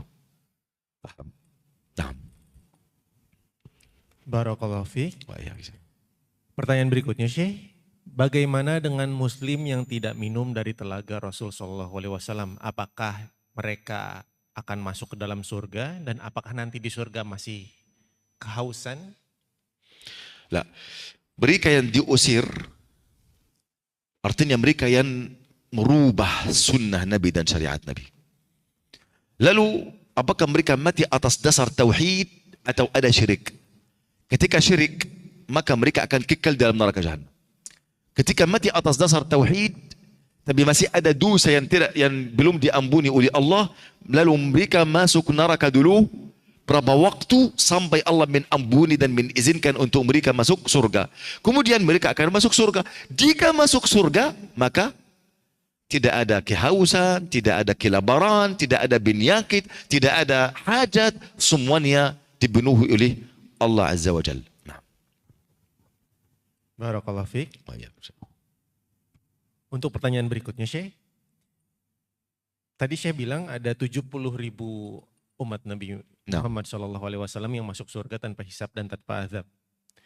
Untuk 70.000 itu dihitung dari awal penciptaan, maksudnya dari awal umat Rasul sampai sekarang kan sudah banyak sekali ya Syekh. Apakah kita mungkin masuk ke dalam 70.000? Karunia Allah sangat luas. Karunia Allah sangat luas. Dan janganlah berputus asa dari apapun. Kata Nabi, "Idza sa'altumullaha fas'aluhul firdaus." Jika kamu meminta sesuatu dari Allah, surga Allah, maka aku harus meminta apa? Firdaus. Paham? Engkau jika sungguh-sungguh serius minta dari Allah untuk masuk di dalam golongan ini, dan ini senantiasa menyibukkan fikiran engkau, pasti Allah akan membuka jalan ini untukmu. Sebagaimana ketika Nabi sampaikan ini kepada sahabat, langsung berdiri salah satu orang, yaitu Uqasyah bin Mihsan. "Ya Rasulullah, berdoalah kepada Allah untukku agar ku masuk bersama mereka." Kata Nabi, "Engkau bersama mereka." Keluarlah orang yang lain.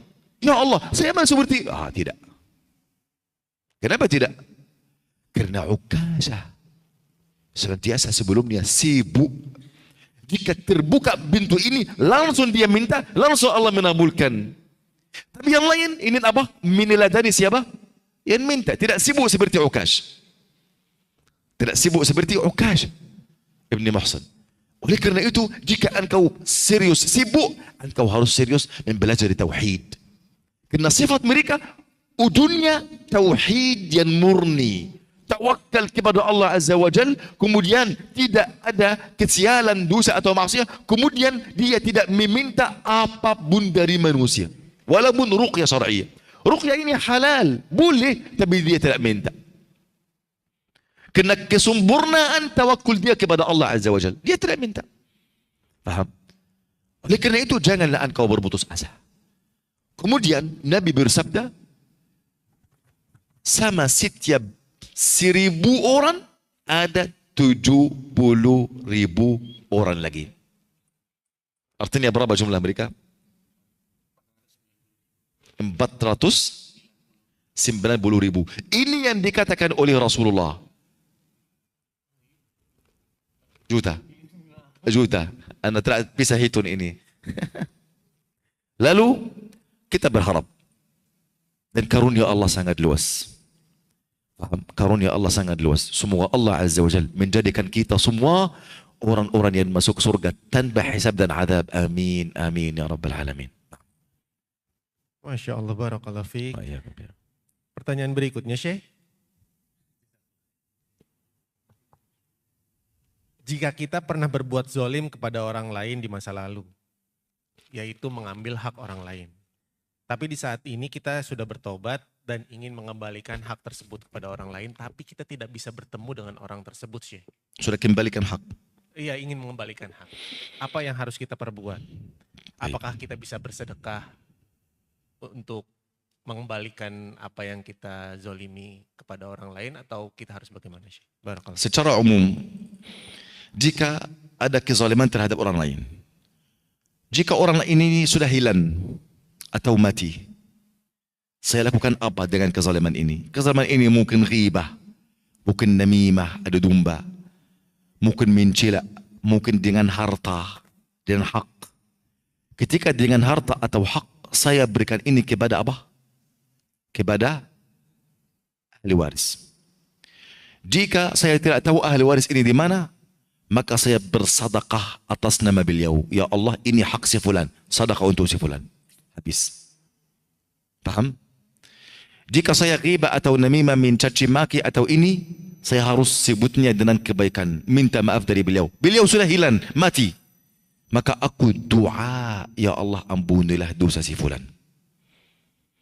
Dan ana senantiasa doa ini, ya Allah, ampunilah dosa semua orang yang aku menzalimi mereka.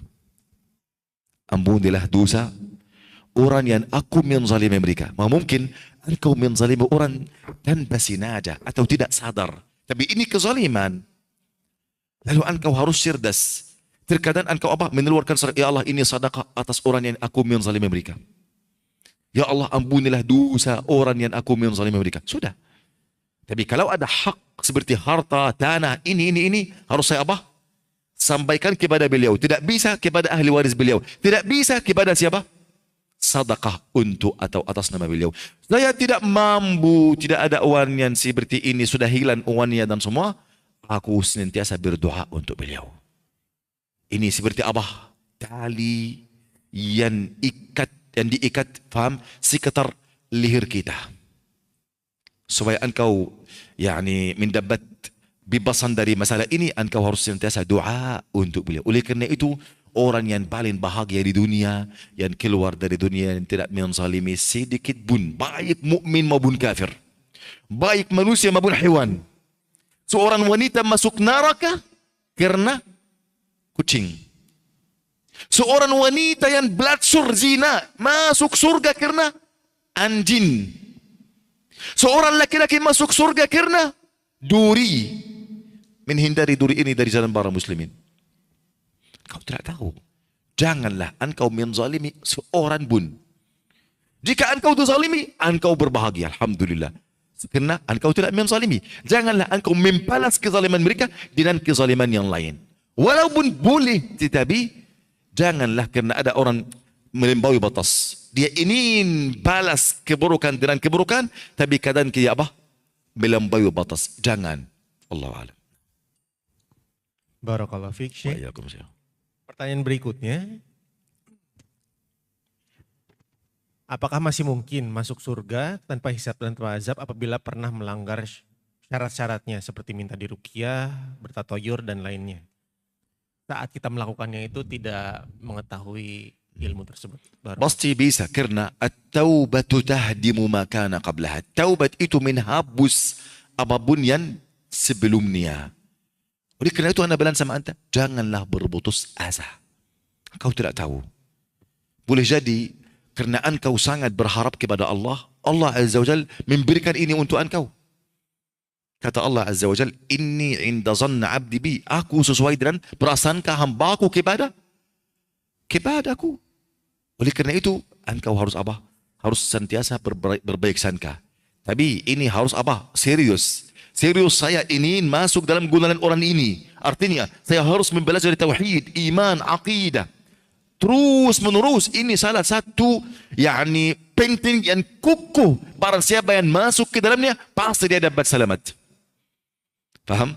Oleh kerana itu janganlah engkau merasa lima, tidak serius dan engkau ingin masuk surga. Seperti orang apa? Orang ingin jadi kaya raya dan tidak berusaha sama sekali untuk mulai untuk masalah ini. Kaya raya ini bagaimana? Dalam mimpi mungkin, tapi dalam hakikat tidak mungkin. Nah. Barakallahu fiik, Syekh. Pertanyaan berikutnya, apakah ada doa khusus mengenai padang mahsyar? Doa yang bisa kita panjatkan kepada Allah untuk di padang mahsyar sih. Apakah ada? Tidak ada doa khusus, hanya doa. Ya Allah berikanlah surga kepadaku tanpa hisab tanpa adab. Karena di padang mahsyar apa yang aku sudah sampaikan ini untuk banyak manusia, tapi untuk para orang yang beriman yang mendapat naungan arsy Allah Azza wa Jal, ini semuanya melewati mereka dengan apa? Dengan waktu yang sedikit sekali. Mereka tidak terasa masalah waktu yang lama ini dan azab yang terjadi ini. Karena mereka diampuni oleh Allah Azza wa Jal. Allah Azza wa Jal melindungi mereka dari azab yang pada waktu ini. Wallahu a'lam. Nah. Barakallahu fiik, Syekh. Izin bertanya, tadi Syekh menyebutkan bahwa ada orang yang masuk neraka tanpa hisab dan tanpa azab. Bisa maksudnya? Orang kafir. Orang kafir tidak ada hisab bagi orang kafir. Tidak ada hisab karena hisab apa? Hisab ketika ada kebaikan, ada keburukan. Kalau untuk orang kafir tidak ada. Wallahu a'lam. Nah. Bila untuk orang munafik bagaimana? Masih ada tetap? Munafik juga. Munafik tidak ada hisab baginya. Karena munafik ini ketika nifak akbar, nifak yang besar bukan yang kecil. Faham? Nifak i'tiqadi. Maka dia lebih buruk daripada orang kafir. Lebih buruk daripada orang kafir. Oleh kerana itu, ketika engkau hitung ayat tentang iman, tentang kufur, tentang nifaq, dalam Al-Quran, yang lebih banyak tentang nifaq. Kenapa? Karena ini sangat bahaya. Dan ini hal yang tersembunyi. Dan mungkin orang tenggelam di dalam nifaq, tanpa dia sadar dan tahu. Faham? Oleh kerana itu, masalah ini masalah bahaya. Allah Azza dalam 20 ayat yang pertama surat Al-Baqarah, 5 ayat yang pertama tentang apa? Orang beriman. Sifat mereka dan balasan kebaikan untuk mereka. 2 ayat yang berikutnya untuk orang kafir saja. Sifat mereka dan balasan keburukan untuk mereka. Kemudian 13 ayat yang berikutnya langsung untuk orang apa? Sifat orang munafik. Berpemaan untuk mereka. Kemudian balasan keburukan untuk mereka. Ancaman Allah kepada mereka. Paham? Artinya masalah ini masalah orang kafir, orang munafik, nifak yang besar, ini lebih buruk daripada orang yang kafir secara zahir dan batin. Karena orang munafik, i'tiqadi, orang kafir secara batin, beriman secara zahir. Paham? Oleh kerana itu dia lebih bahaya daripada orang kafir asli. Wallahu a'lam. Naam. Barakallahu fiik, Syekh. Pertanyaan berikutnya. Dan afwan, orang munafik atau orang kafir tidak akan jalan di atas jalan yang lurus. Langsung dari badan mahsyar ke neraka. Siapa yang akan lewat jalan yang lurus, yang masih ada dosa, akan diazab atas jalan yang lurus, atau akan terjatuh dalam neraka Jahannam, atau orang yang sudah Allah berikannya beruntungan masuk surga, langsung dia akan masuk surga wal alam. Orang munafik tidak. Orang kafir tidak. Wala'iyadzubillah. Naam. Barakallahu fiik. Pertanyaan berikutnya sih, bagaimana kita bila ada orang yang menzolimi kita, dan kita balas dengan menzolimi orang tersebut. Kalau misalkan kita sudah minta maaf, tapi orang yang kita zolimi itu tidak memaafkan kita. Padahal orang tersebut telah menzolimi kita juga. Apa yang harus kita perbuat sih? Apakah kita bisa diampuni juga? Lah, tunggu supaya jelas. Orang A menzalimi yang B. Ya, Orang A meminta ampun dari orang yang B. orang A menzolimi B. Orang B, ya. B zolimi juga orang A. Ada balasan. Ayo. Ya, sudah selesai, habis. Lah, maksudnya Tidak ada hak lagi. Ketika mereka sudah membalas kezaliman dengan kezaliman, artinya sudah apa? Seperti tidak ada masalah antara kedua. tapi B minta maaf. Ampun atau tidak, memaafkan atau tidak ada masalah. Karena saya sudah menambil hak saya dengan kezaliman yang lain. Seperti kezaliman engkau. Sudah tidak ada hak lagi. Barakallahu fiik, Syekh. Untuk pertanyaan berikutnya, ini mungkin di luar materi ya, Syekh. Iya. Ini ada orang tua yang memberikan HP untuk anaknya. Tapi orang tua tidak bisa mengontrol apa yang anaknya perbuat di HP-nya. Apakah bila anaknya membuka hal-hal yang tidak diperbolehkan, Pasti. apakah orang tua dapat? Pasti. Semua keburukan melalui HP ini di timbangan keburukan orang tua. Harus menatur. Karena ini tugas orang tua. Engkau faham anak ini hanya untuk berhiasan dunia saja dan kemewahan dunia saja. Saya punya anak, alhamdulillah. Kemudian tidak mau tanggung jawab terhadap semua hal. Harus tanggung jawab. Sampai dia keluar talinya tidak di tangan engkau. Sudah dewasa, sudah balik. Faham? Maka anta hanya menarahkan dia saja, menasihati dia. Faham? Karena tidak boleh anta tidak bila memaksa dia untuk mengikuti saran engkau. Karena kalau sudah balik, sudah dewasa, sudah keluar dari kontrol engkau. Sebelum ini engkau tanggung jawab. Setelah ini, faham? Jika engkau tidak senantiasa bernasihati beliau, engkau berdosa. Jika engkau bernasihati, dia tidak tidak tunduk kepada nasihatmu, maka dosa atas dia bukan atas engkau. Wallahu a'lam. Nah. Barakallahu fiik, Syekh. Pertanyaan berikutnya, selama di padang mahsyar kan kita sendiri-sendiri ya, Syekh. Nah, kapan manusia itu bisa untuk menolong orang lain saat di padang Ketika sudah masuk surga, baru mereka mengingat saudara mereka. Kecuali orang yang bertakwa, yang saling mencintai saudara mereka, karena ini mereka yang ambil tangan saudara mereka untuk mendapat naungan arsy Allah Azza wa Jalla. Selain itu, manusia semua ada putusan antara berputusan antara hibunan mereka. Tidak ada nasab. Tidak ada nasab. Artinya tidak ada hibunan. Semua kelas. Tapi kalau sudah masuk surga, seorang ayah, masalan di tempat yang surga yang nomor 50. Anaknya di surga yang 40. Lalu dia syafaat kepada Allah supaya Allah menangkat kedudukan anaknya ke 50. Ini syafaat. Atau seorang salih di dalam surga. Saudaranya salih juga tapi berdosa. Allah belum mengampuni beliau, masuk neraka. Lalu Allah meminta, dia baru ingat saudaranya. Ya Allah, aku minta syafaat untuk saudara saya yang sudah masuk neraka. Lalu sudah Allah menerima syafaatnya insyaAllah. Faham? Dan begitu. Artinya masalah ingat atau tidak ini kalau sudah dapat selamat, sudah dalam surga, baru ingat saudaranya, anaknya, istrinya. Faham? Wallahu a'lam. Nah. Barakallahu fiik, Syekh. Pertanyaan berikutnya, bagaimana jika ada keluarga kita yang sudah dinasihati tetapi tidak peduli dengan nasihat yang kita berikan? Apakah kita tetap bertanggung jawab atas saudara kita tersebut? Tidak, tanggung jawab di sini bukan berarti saya memaksa. Saya dengan belan-belan, saya harus peduli, tanggung jawab terhadap mereka. Langsung anak kasih nasihat, menambil tangan mereka kepada kebaikan. Tidak berputus asa, tidak berhenti. Paham? Dengan cara yang baik. Karena dakwah ini harus cara yang baik. Dakwah ini dengan cara, bukan cara yang memaksa mereka. Tidak ada memaksa dalam dakwah sama sekali. La ikraha fid din. Din itu din yang dengan ikhtiar, bukan memaksa orang untuk masuk agama atau masuk masjid atau ini. Paham? Ini harus ada basirah, hikmah, kelembutan dan bijaksana dan ilmu di dalam masalah dakwah. Baik untuk anakmu, untuk istrimu, untuk suami, untuk orang tua, untuk kawan, untuk keluarga, untuk ini. Faham? Harus dan apa? Kelembutan. Wallahu alam. Nah. Barakallahu fiik, Syekh. Waalaikumsalam. Untuk pertanyaan berikutnya, manakah yang lebih baik? Menuntut kezoliman orang lain atau mengampuni kezoliman yang orang lain perbuat kepada kita? Wallahi kalau engkau pandai, karena engkau juga menzalimi dirimu sendiri, betul atau tidak? Menzalimi dirimu sendiri artinya ada banyak maksiat, banyak dosa. Ini kezaliman terhadap dirimu sendiri. Kalau engkau pandai di dunia ini, jika engkau bisa ya, karena mungkin ada kezaliman, engkau tidak bisa menampuninya. Jika engkau bisa, ya Allah, aku menampuni dosa orang yang menzalimi saya, agar engkau menampuni dosa saya.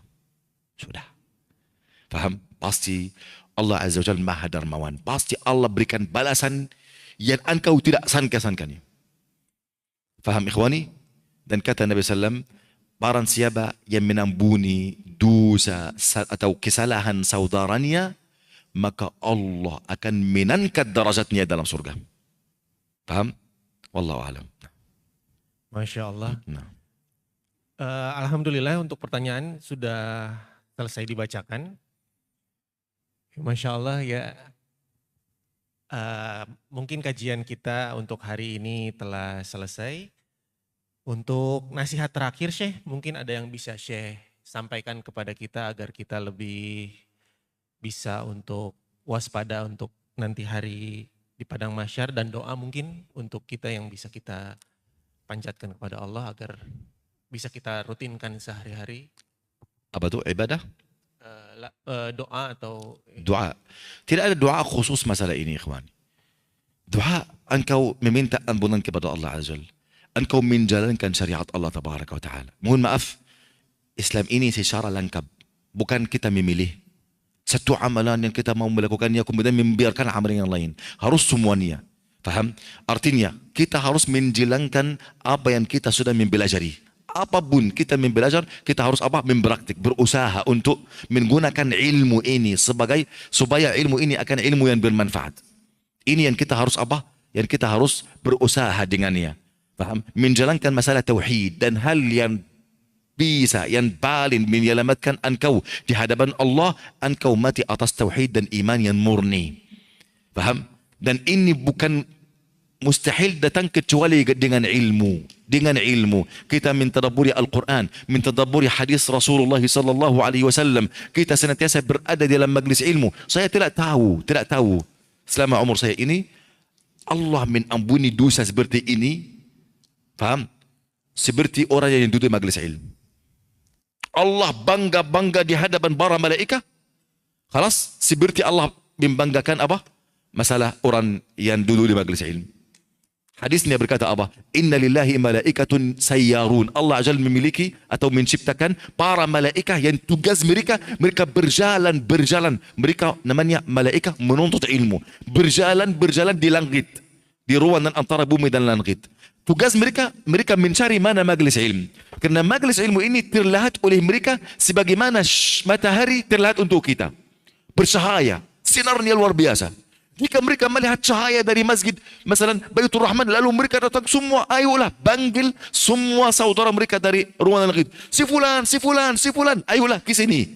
Ini majlis ilmu. Lalu mereka datang, duduk, menitari majlis ilmu ini. Jumlah mereka berapa? Jumlah mereka berapa?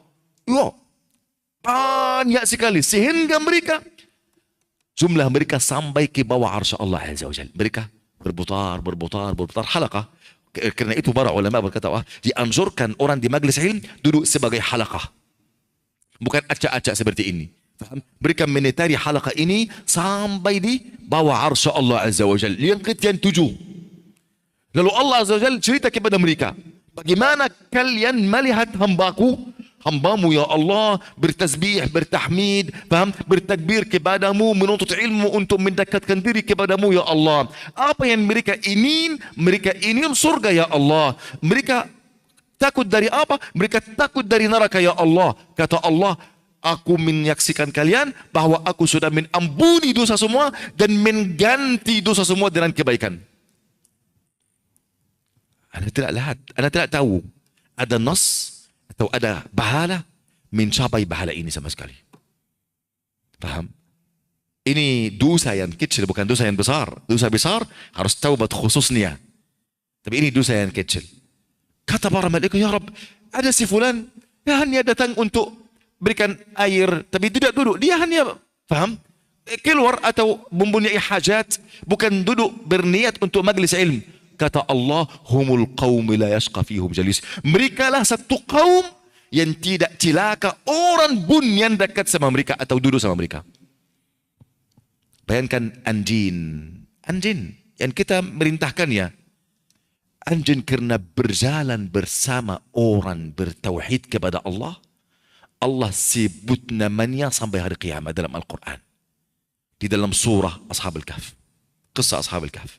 Anjing, karena hanya berjalan bersama mereka. Bagaimana orang yang senantiasa berada dalam majlis ilmu, senantiasa berada di dekat para ahli ilmu, dekat orang yang berdakwah, paham? Walaupun dia tidak punya tenaga kecuali memperbanyak majlis mereka dan jumlah mereka. Ini Masya Allah. Bagaimana pahala kita kalau setiap hari duduk dalam majlis ilmu? Engkau mendekatkan diri kepada Allah. Wallahi ini terjadi. Salah satu guru kita, Syekh Muhammad Ibn Utsaimin rahimahullah ta'ala. Di dalam majlisnya ada seorang duduk tidak tulis apapun. Beliau ada karya ilmiah, beliau menjelaskannya, lalu mereka semua tulis kecuali orang ini. Hanya duduk seperti ini saja. Lalu Syekh tanya dia berapa soal, dia tidak jawab. Oh, kenapa engkau datang?